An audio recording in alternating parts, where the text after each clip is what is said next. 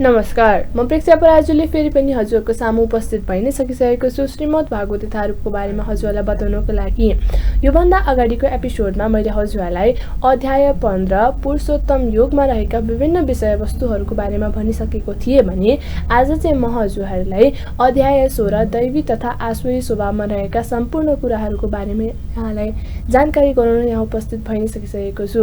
अध्याय 16 आध्यात्मिक ज्ञानको अनुशीलन, दान, आत्मसंयम, यज्ञ प्रणायता, वेद अध्ययन, तपस्या, सरलता, अहिंसा, सत्यता, क्रोध विहीनता, साथसाथै त्याग, शान्ति, अर्काको दोष देख्न नचाहने, समस्त जीवमा करुणा, लोभ विहीनता, भद्रता, लज्जा, दृढ संकल्प, तेज, क्षमा, धैर्य, पवित्रता, ईर्ष्या तथा मनका अभिलाषाबाट मुक्ति आदि सबै दिव्य गुणहरू केवल दैवी प्रकृतिले सम्पन्न देवता तुल्य पुरुषमा पाइन्छन्। अर्थात् 15 अध्यायको आरम्भमै नै यो भौतिक जगत रूपी पिपलको रुखको वर्णन गरिएको छ।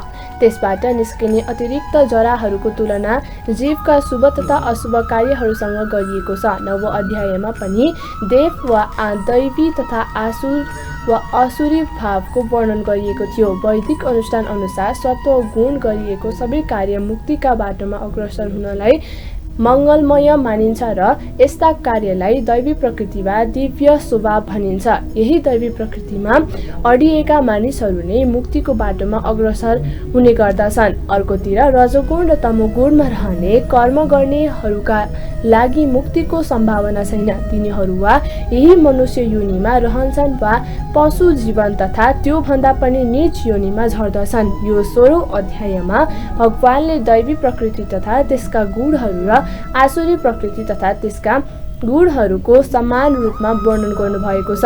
ती गुणहरूका लाभ र हानि व्याख्या पनि उहाँले नै गर्नुभएको छ। दिव्य गुण सम्पन्न तथा दैवी प्रवृत्ति भएका व्यक्तिलाई यहाँ अभिजात्य भनेर भनिएको छ, जो अत्यन्त सरल गर्भित छ।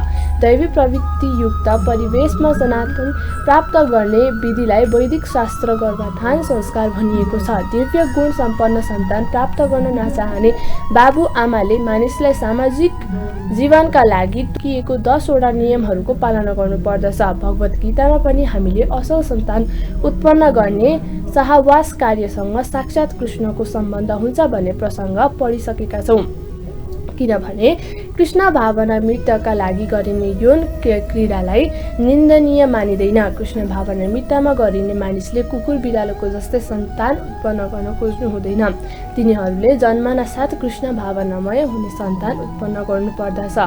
कृष्ण भावना मृत्यमा तल्लीन भएका बाबुआमाका सन्तानले यो सुअवसर पाउनै पर्दछ। वर्णाश्रम धर्म नामक सामाजिक संस्थाले सामाजिक जीवनमा 4 श्रेणी र 4 प्रकारका व्यवसायी वर्ण र वर्णको व्यवस्था गरेको छ। यसको अर्थ हो जन्मोत्तर अवस्थामा मानव समाजमा विभाजन होइन, शैक्षिक योग्यताका आधारमा यस्तो विभाजन हुन सक्दछ। समाजमा शान्ति र सम्पन्नता कायम गर्नका लागि यो विभाजन गरिएको हो। अतः यहाँ उल्लेख गरिएको यो दैवी गुणहरू यी गुण आध्यात्मिक ज्ञानमा प्रगति गर्ने व्यक्तिका लागि हुन्। यी गुणका सहायताले मानिसले भौतिक संसारबाट मुक्ति पाउन सक्दछ। वर्णाश्रम व्यवस्थामा सन्यासीहरूलाई पनि सामाजिक वर्ण तथा आश्रममा प्रधान गुरु मानिएको छ। ब्राह्मणलाई समाजमा अन्य 3 वर्ग क्षत्रिय, वैश्य तथा शूद्रमा गुरु मानिएको छ भने सन्यासी त्यो भन्दा पनि ठुलो गुरु भनेर मानिएको छ। सन्यासीको पहिलो योग्यता नै निर्भर रहनु हो, किनभने सन्यासी कुनै पनि सहायता वा समर्थन बिना एक्लो हुन्छ। उता केवल भगवानका कृपाले निर्भर रहन्छ। सबै प्रकारका नाता सम्बन्ध तोडेर भने कसैले पनि मेरो रक्षा गर्ने भन्ने विचार मानिसले सन्यास आश्रम ग्रहण गर्नु हुँदैन। अन्तर्यामी श्रीकृष्ण परमात्माका रूपमा मभित्र रहनुहुन्छ भन्ने विश्वास मानिसमा हुनुपर्दछ। कहाँ कसले के गर्न चाहन्छ भन्ने कुरा सबै उहाँले नै जानकारी हुन्छ र उहाँले नै प्रत्येक वस्तुलाई देखिरहनु भएको छ। परमात्मा स्वरूप श्रीकृष्ण आफ्ना शरणगत व्यक्तिको रक्षा स्वयं गर्नुहुन्छ भन्ने दृढ विश्वास मानिसमा हुनुपर्दछ। उसले सोच्नु पर्दछ, म कहिले पनि एक्लो छैन, म घना जङ्गलमा भए पनि कृष्ण मसँगै साथ हुनुहुन्छ, उहाँले नै हरेक प्रकारको रक्षा गर्नुहुन्छ भने विश्वासलाई नै अवियम अर्थात् निर्भरता भनिन्छ। सन्यास आश्रममा रहने व्यक्तिले यस्तै मनस्थिति बनाइराख्नु आवश्यक हुन्छ। त्यसपछि उसले आफ्नो अस्तित्वलाई शुद्ध पार्नुपर्छ। यसैलाई भनिन्छ सत्व संशुद्धि। सन्यास आश्रममा पालन गर्नुपर्ने अनेक विधि विधानहरू छन्। तीमध्ये सबैभन्दा महत्त्वपूर्ण हो सन्यासीहरूले स्त्री जातिलाई कुनै पनि घनिष्ठ सम्बन्ध राख्नु हुँदैन। उसले एकान्तमा स्त्रीसँग वार्तालाप गर्नुपर्ने हुँदैन। भगवान चैतन्य महाप्रभु आदर्श सन्यासी हुनुहुन्थ्यो। उहाँ पुरामा रहनुहुँदा उहाँले आफ्नै भक्तिनीहरूको नजिक पनि गएर नमस्कार गर्न पाउनु हुँदैन थियो। भुइँमा झुकेर प्रणाम गर्नुहुन्थ्यो। यो स्त्री जातिप्रति राखिएको घृणा भाव नभई सन्यासीले स्त्रीसँग घनिष्ठ सम्बन्ध नराख्नु भन्ने उद्देश्यले उनीहरूमाथि लगाइएको प्रतिबन्धात्मक व्यवस्था मात्रै हो। मानिसले आफ्नो जीवनलाई शुद्ध बनाउनका लागि जीवनको विशेष परिस्थितिमा पनि विविध आचार तथा विधि विधानको पालन गर्नुपर्दछ। सन्यासीका लागि स्त्रीसँग घनिष्ठ सम्बन्ध राख्न र इन्द्रिय तृप्तिका लागि धन संग्रह गर्न अत्यन्त अशोभनीय कुरा हुन्। यस अर्थमा स्वयं भगवान चैतन्य महाप्रभुले एक आदर्श सन्यासी हुनुहुन्थ्यो। उहाँ स्त्री सम्बन्धप्रति कहिले पनि अत्यन्त कठोर हुनुहुन्थ्यो र हामीले पनि उहाँको जीवनबाट यो शिक्षा वा प्रेरणा लिन सक्दछौँ। उहाँ अदम भन्दा पनि अदमबद्ध जीवको कल्याणमा संलग्न रहने भगवानका अत्यन्त उदार अवतार मानिनुहुन्छ।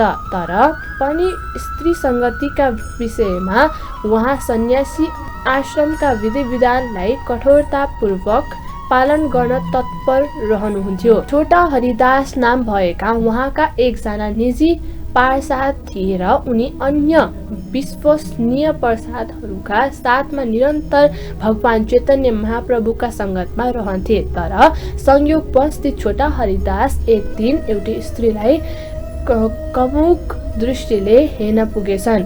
यो थाहा पाउन साथ चैतन्य महाप्रभुले कठोरतापूर्वक तिनलाई आफ्नो पार्षद मण्डलीबाट नै निकालिदिनु भयो। भगवान चैतन्य महाप्रभुले भन्नुभयो, सन्यासी होस् या अन्य कुनै व्यक्ति, यदि ऊ भौतिक प्रकृतिका पञ्चाजबाट बाहिर निस्कन चाहन्छ, आफूलाई आध्यात्मिक स्तरमा उठाउन चाहन्छ अनि अन्त्यमा भगवत धाममा पुगेर भगवानसँग बस्न चाहन्छ तथा भौतिक सम्पत्ति र स्त्रीलाई भोग दृष्टिले हेर्दैन र इन्द्रिय तृप्तिका विषयमा चिन्तन गर्दैन भने उसले आत्मशुद्धिको विधि पालन गरेको मानिन्छ। अन्यथा भोग नगरेर पनि भोग र इन्द्रिय तृप्तिका दृष्टिले स्त्रीहरूलाई हेर्नु मात्र पनि अत्यन्त ग्रहित कुरा हो। यस्तो अवध कुरा सोच्नुभन्दा पहिले आत्महत्या गर्नु उचित हुन्छ। यी सबै शुद्धिकरणका विधि हुन्। अर्को गुण भनेको ज्ञान योग व्यवस्थित अर्थात् ज्ञान अनुशीलनमा संलग्न रहनु हो। सन्यासीको जीवन भनेकै आध्यात्मिक उन्नतिको बाटो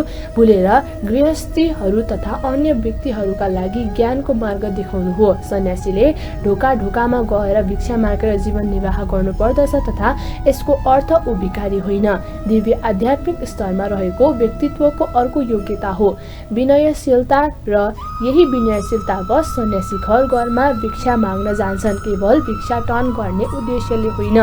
सन्यासी गृहस्थीलाई दर्शन दिन र तिनका कृष्ण भावना जागृत गराउनका लागि तिनका घरमा भिक्षाटन गर्न जान्छन्। सन्यासीको कर्तव्य नै यही हो।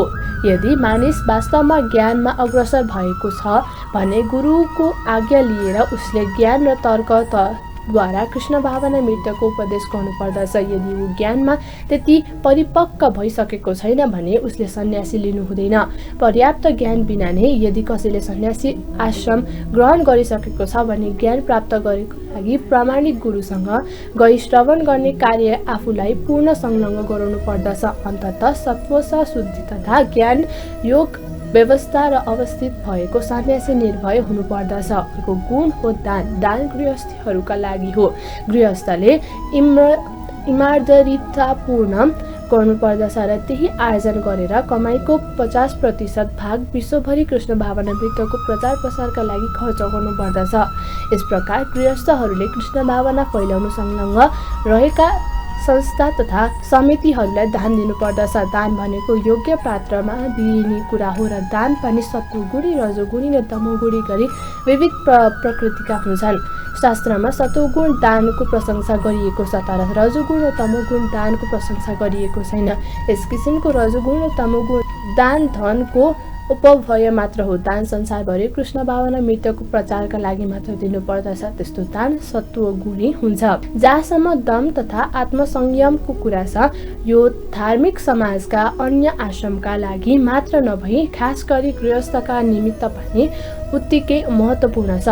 यद्यपि गृहस्थहरूसँग तिनका पत्नीहरू हुन्छन् र तर भोगका लागि अनावश्यक ढङ्ग इन्द्रियको उपभोग गर्नु हुँदैन। गृहस्थका लागि पनि अनियन्त्रित मैथुन प्रतिनिधित्व छ।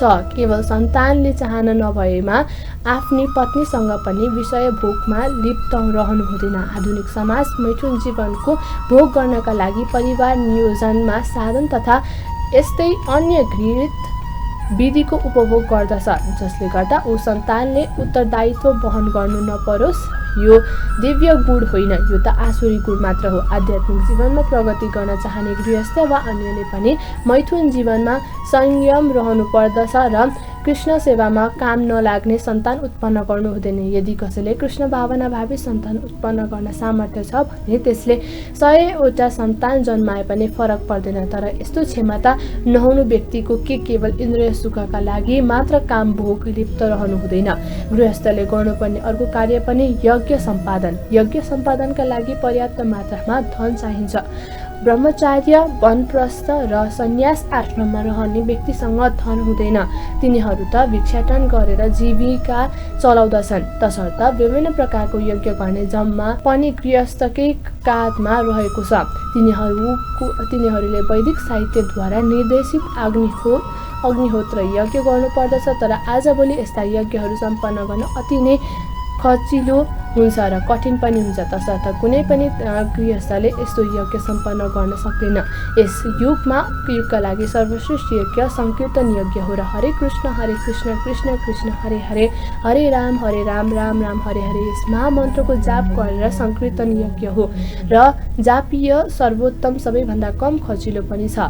प्रत्येक व्यक्तिले सजिलैसँग यज्ञ सम्पन्न गर्न सक्दछ र यसबाट लाभ पनि उठाउन सक्दछ। इन्द्रिय संयम तथा यज्ञ सम्पादन यी तीनैवटा कार्य गृहस्थीका लागि हुन्। अनि आउँदछ स्वाध्याय।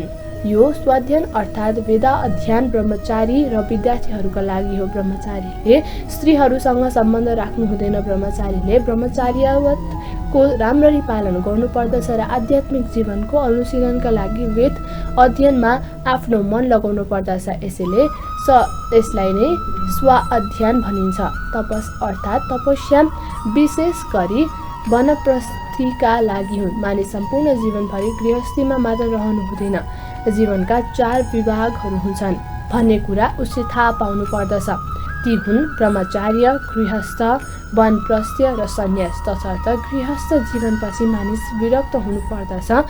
यदि 100 वर्षको आयु छ भने पनि उसले 25 ब्रह्मचार्य, 25 वर्ष गृहस्थ, 25 वर्ष वनप्रस्थ, 25 वर्ष सन्यास आश्रम रहने जीवनयापन गर्नुपर्दछ। यो वेद वर्णित धार्मिक अनुशासनका नियमहरू हुन्। गृहस्थ जीवनबाट विरक्त भएपछि मानिसले शरीर, मन तथा जिब्रोलाई संयम राख्नुपर्दछ र त्यो नै तपस्या हो। वर्णाश्रम धर्म अन्तर्गतको सम्पूर्ण समाज नै तपस्याका निमित्त हो। तपस्या बिना कसैले पनि मुक्ति प्राप्त हुँदैन। जीवमा तपस्याको आवश्यकता छैन। केवल कल्पनात्मक चिन्तनद्वारा सबै कुरा ठिक हुन्छ भन्नु गलत हो। कस्तो र यस्तो कुराको समर्थन नै वैदिक साहित्यमा गरिएको छ न भगवत गीताले। यस्ता सिद्धान्तहरू नक्कली आध्यात्मिकवादीद्वारा बनाइन्छ जो बढीभन्दा बढी शिष्य भन्दा पनि छ। जहाँ विधि निषेध छन्, जहाँ नियमहरू पालन गर्नुपर्दछ त्यहाँ मानिस आकर्षितहरू आकर्षित हुँदैनन्। तसर्थ धर्मको नाममा अनुयायी वा शिष्यहरूको बटुल्न चाहन्छन् तिनीहरूको यस्तो देखावटी काम गर्दछन्। तिनीहरूले न आफ्ना विद्यार्थीहरूका जीवनमा कुनै पनि प्रतिनिधित्व लगाउँछन्, न आफ्नै जीवनमा पनि संयममा राख्दछन्। वेदले यस्तो पद्धतिले स्वीकृति दिएको छैन। जहाँसम्म आचरण अर्थात् सरलता आदि ब्रह्माण्डमा हुनुपर्दछ गणको सम्बन्ध छ, यसको पालन केवल एउटा आश्रममा मानिसले मात्र गर्नुपर्दछ। नभए ब्रह्मचार्य आश्रम, गृहस्थ आश्रम, वानप्रस्थ आश्रम र सन्यास आश्रम गरी 4 वटा आश्रमका सदस्यले यो नियमको पालना गर्नुपर्दछ। मानिसले अत्यन्त सरल तथा सिधा हुनुपर्दछ। अहिंसाको अर्थ कुनै पनि जीवलाई प्रगतिशील जीवन चक्रलाई अवरुद्ध नगर्नु हो। शरीरलाई मारे पनि शरीरमा रहने आत्मरूपी झेलको कहिले पनि नमर्ने हुनाले इन्द्रियको लिप्तिका लागि पशु पंक्षीको वध गर्नुमा कुनै पनि हानि छैन भन्ने सोच्नु हुँदैन। यहाँ प्रशस्त अन्न, फलफुल तथा दुधको आपूर्ति हुँदै हुँदा पनि आजभोलिका मानिसहरू पशुको मासु खाने लत बढिरहेको छ। पशुहरूलाई मार्नु आवश्यक छैन, यो शिक्षा सबैका लागि हो। खानाका लागि जब कुनै पनि विकल्प रहँदैन त्यस समय पशु वध गर्न सकिन्छ, तर त्यो पनि यज्ञमा अर्पण गरिएको हुनुपर्दछ। जे होस्, मानिसका लागि प्रशस्त रूपमा खाद्य सामग्री हुँदाहुँदै पनि पशु हत्या गर्नु राम्रो होइन। यसका पनि जो आध्यात्मिक प्रगति गर्न चाहन्छन्, आत्मसाक्षात्कार गर्न चाहन्छन्, तिनीहरूले त कहिले पनि पशु हत्या र मासु भक्षण गर्नु हुँदैन। हिंसाको विशेष अर्थ नै अरूको प्रगतिशील जीवनलाई हानि नपुर्याउनु हो। पशुहरू पनि आफ्नो विकास क्रममा एक प्रकारको पशु योनिबाट अर्को प्रकारको पशु योनिमा देहान्तरण गर्दा गर्दै प्रगति पथमा अग्रसर हुने गर्दछन्। यदि कुनै विशेष पशुको हत्या गरियो भने उसको प्रगति रोकिन्छ। यदि कुनै पनि पशु धेरै समयदेखि कुनै पनि विशेष शरीरमा रहँदै आएको छ र असमयमै त्यसको हत्या भयो भने उसले फेरि त्यही शरीर लिएर बाँकी रहेको आयु पनि पुरा गर्नुपर्दछ अनि मात्र त्यसको अर्को शरीर लिन पाउँदछ। अतएव आफ्नो स्वादको सन्तुष्टिका लागि कसैको नै प्रगति रोक्नु हुँदैन। यसलाई अहिंसा भनिन्छ। सत्यमको अर्थ आफ्नो कुनै पनि स्वार्थको लागि सत्य नझुकाउनु हो। वैदिक साहित्यमा केही अंश अत्यन्त कठिन छ, तसर्थ कुनै प्रामाणिक गुरुद्वारा नै यस्तो अंशको अर्थ वा आशय बुझ्नु पर्दछ। वेदमा बुझ्ने विधि नै यही नै हो। श्रुतिको अर्थ हो कुनै आधिकारिक व्यक्तिबाट श्रवण गर्नु। आफ्ना स्वार्थ पूर्तिका लागि मानिसले कुनै पनि मनोमानी गर्नु प्रयोग गर्नु हुँदैन। भगवत गीतामा अनेक टीकाहरू छन् जसमा मूल पाठ गलत व्याख्या गरिएको छ। यसलाई प्रामाणिक गुरुबाटै सिक्नु पर्दछ। अक्रोधको अर्थ हो नरिसाउनु वा रिसलाई रोक्नु। कसैले पनि रिस उठाउने गरियो भने पनि सहिष्णु गर्नुपर्दछ, किनभने एकपटक क्रोध गर्न बित्तिकै उसले सम्पूर्ण शरीरलाई दूषित हुनु पुग्दछ। अत योगीजनले आफूलाई क्रोधबाट रोक्नु पर्दछ। पशुवनको अर्थ हो अर्काको दोष देख्ने काम नगर्नु वा अनावश्यक ढङ्गले अर्काको संशोधन नगर्नु। चोरलाई चोर भन्नु निसन्देह पनि दोष देख्नु होइन, तर निष्कपट मानिस चार बन्नु परम आश्रम हुँ। ह्युमको अर्थ लज्जा हो र मानिस लज्जाशील हुनुपर्दछ। कुनै पनि ग्रहित र निन्दनीय कार्यमा मानिसले गर्नु हुँदैन। साथसाथै कुनै पनि कुराबाट आदर्श वा उच्चदिश रहनु हुँदैन। अझ धैर्य तथा सङ्कल्पका साथ प्रगति पथमा अघि बढ्नु पर्दछ। यही प्रयोगको तेजस शब्द क्षत्रियको निमित्त प्रयोग गरिएको छ। क्षत्रिय सधैँ अत्यन्त बलशाली हुनुपर्दछ र निर्भर हुनुको अर्थ पनि समर्थ हुनुपर्दछ। तिनीहरूले आफूलाई अहिंसक देखाउनु हुँदैन। हिंसाको आवश्यकता पर्ने ठाउँमा हिंसा पनि देखाउनु पर्दछ। उसले शत्रुलाई दमन गर्न सक्ने वीरको पनि विशेष परिस्थिति क्षमाको प्रदर्शन पनि सिक्नु पर्दछ। सानातिना अपराधका लागि क्षमा पनि दिन सकिन्छ, तर सानातिना पनि सक्षमको अर्थ शरीर र मनमा मात्र होइन, आचरण समेत पवित्रता कायम राख्नु हो। यो खास गरी व्यापारी वर्गका मानिसहरूका लागि हो। व्यापारीहरूले कालो बजारी गर्नु हुँदैन। नातिमानिताको अर्थ हो सम्मानको आशा नराख्नु।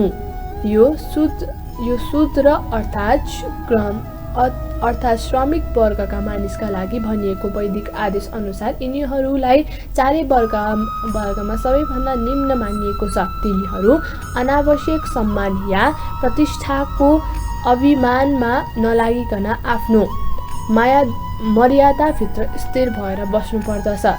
शूद्रको कर्तव्य नै सामाजिक व्यवस्थालाई अघि बढाउनका लागि आफूभन्दा उच्च वर्गलाई सम्मान गर्नु हो। यही उल्लेख गरिएको उपयुक्त 26 प्रकारका योग्यता दिव्य गुणहरू हुन्।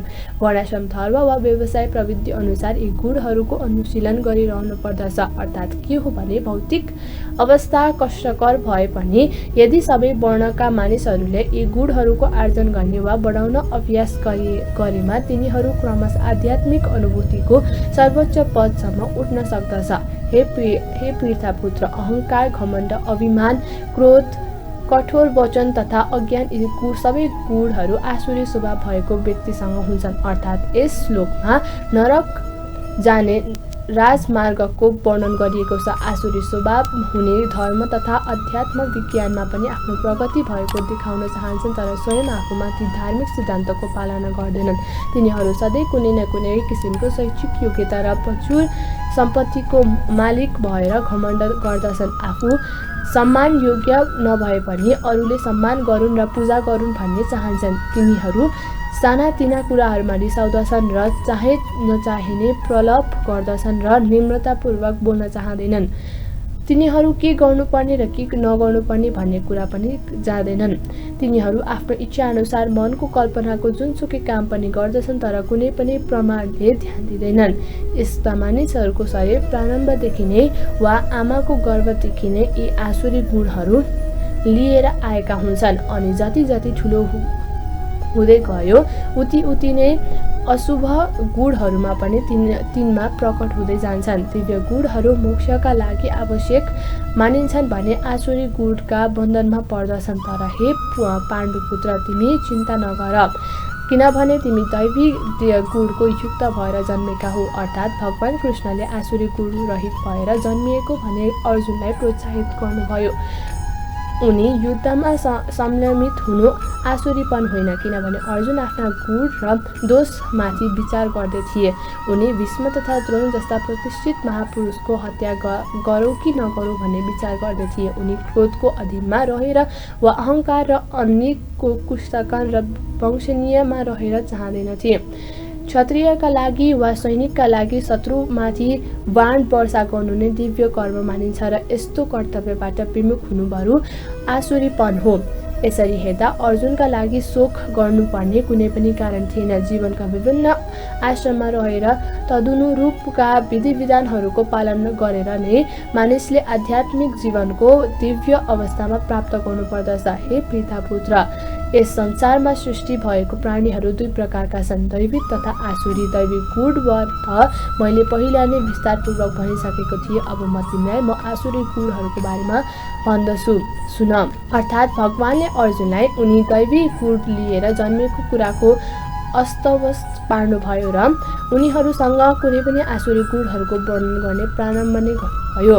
यस संसारमा बद्ध जीवहरू दुई श्रेणीका बाँधिएका छन्, जो दिव्य गुण सम्पन्नका छन् र जो नियमित जीवनयापन गर्दछन् वा शास्त्र तथा विद्वानहरूले भने अनुसारको आज्ञाहरू पालन गर्दछन्। मानिसले प्रामाणिक शास्त्र अनुसार नै कर्तव्य पालन गर्नुपर्दछ। यस्तो मानसिकताका लागि दैवी स्वभाव बन्दछन्, जसले शास्त्र विधि विधान मान्दैनन् र मन परी ढङ्गले कामहरू गर्दछन्, त्यो आसुरी स्वभाव भनिन्छ। शास्त्रका विधि विधानहरूप्रति आज्ञा भाव र दैवी स्वभाव एकमात्र आधार वा कसी हो, अरू होइन। वैदिक साहित्यमा पनि उल्लेख भए अनुसार दैविक तथा आसुरी दुवै प्रजातिका उत्पन्न भएका हुन्छन्। तिनको अन्तर के छ भने एक थरी वैदिक आदेश मान्दछन्, अर्का थरी त्यो मान्दैनन्। आसुरी गुण हुनेले के गर्नुपर्दछ र के गर्नु हुँदैन भन्ने जान्दैनन्।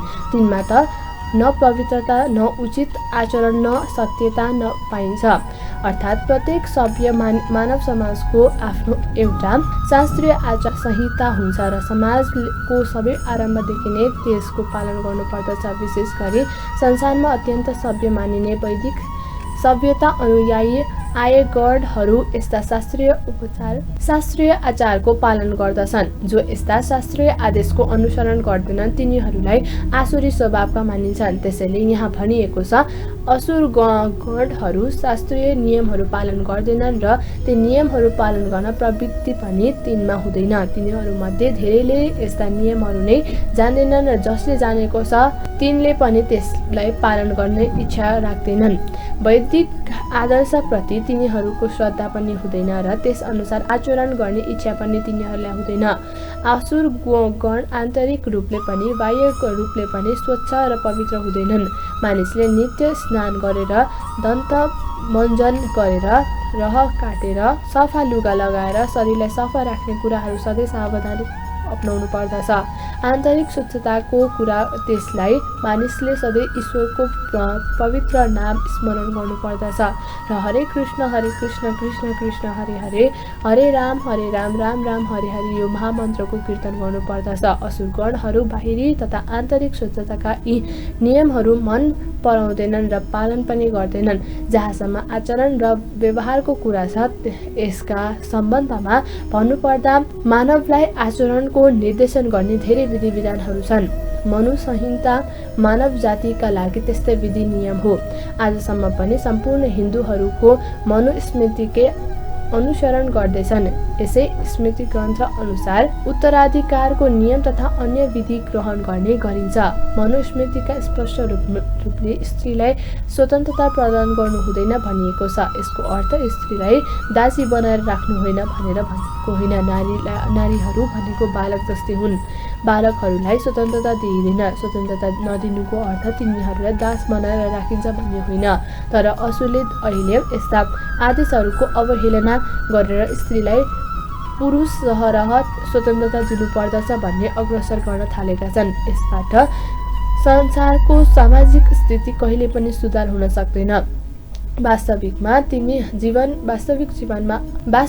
जीवनका प्रत्येक अवस्थामा स्त्रीलाई सधैँ सुरक्षा प्रदान गरिरहनु पर्दछ। बाल्यकालमा पिताद्वारा, यौवन अवस्थामा पतिद्वारा तथा वृद्ध अवस्थामा छोराद्वारा स्त्री जातिलाई संरक्षण प्रदान गर्नुपर्दछ। मनुस्मृति अनुसार उचित सामाजिक आचरण यही नै हो। तर आधुनिक शिक्षाले नारी जीवनमा एउटा कृत्रिम अहङ्कारवादलाई जागृत गराएको छ। त्यसले गर्दा विवाह भन्ने कुरा अब मानव समाजमा एउटा कल्पना मात्र साबित हुँदै गएको छ। नारीहरूको नैतिक अवस्था पनि अहिले त्यति राम्रो छैन। समाजलाई हित हुने कुनै पनि उपदेश असुरहरूलाई मन पर्दैन। तिनीहरू महर्षिहरूका अनुभव र तिनबाट प्रतिपादित नीति तथा विधि विधानको आचरण गर्दैनन्। त्यसैले आसुरी व्यक्तिहरूको सामाजिक अवस्था अत्यन्त कष्टमय हुन्छ। तिनीहरू जगत मिथ्या हो, यसको कुनै पनि आधार छैन र यसलाई नियन्त्रण गर्नुपर्ने ईश्वर पनि छैन भन्दछन्। तिनीहरूको भनाइमा यो सबै केवल काम इच्छाद्वारा नै उत्पादन भएको हो र काम वासना बाहेक यसको अरू कुनै पनि कारण नै छैन। अर्थात् आसुरी स्वभावका मानिसहरूले यो जगत मायाजाल हो भन्ने निष्कर्ष निकाल्दछन्। तिनका मतमा यसको न कुनै कारण छ, न कार्य, न यसको कुनै नियन्त्रक छ, न प्रयोजन नै। यहाँका सबै कुराहरू मिथ्या हुन् भन्ने धारणा तिनीहरू राख्दछन्। तिनीहरूका अनुसारमा यो दृश्य जगत आकस्मिक भौतिक क्रियाको प्रतिफल मात्रै हो। ईश्वरले कुनै पनि खास उद्देश्यका लागि यो जगतको सृष्टि गर्नुभएको हो भन्ने कुरा तिनीहरू सोच्दैनन्। तिनीहरूको सिद्धान्त अनुसार नै यो सृष्टि आफै उत्पन्न भएको हो। त्यहाँ ईश्वर हुनुहुन्छ भन्ने कुरामा पनि विश्वास गर्नु पर्दैन। आज मैले हजुरहरूलाई अध्याय 16 मा रहेका विभिन्न विषयवस्तुहरूको बारेमा बताएँ भने अर्को एपिसोडमा म हजुरहरूलाई यहाँ रहेका बाँकी विषयवस्तुहरूको बारेमा बताउने बाचाको साथमा म प्रेक्षा पराजुली हजुरहरूको माझमा बिदा हुन चाहन्छु है त। हस्त नमस्कार सबैजनालाई, राधे राधे। साथसाथै लाइफ फोकस टेलिभिजन हेर्न नबिर्सिनु होला है त।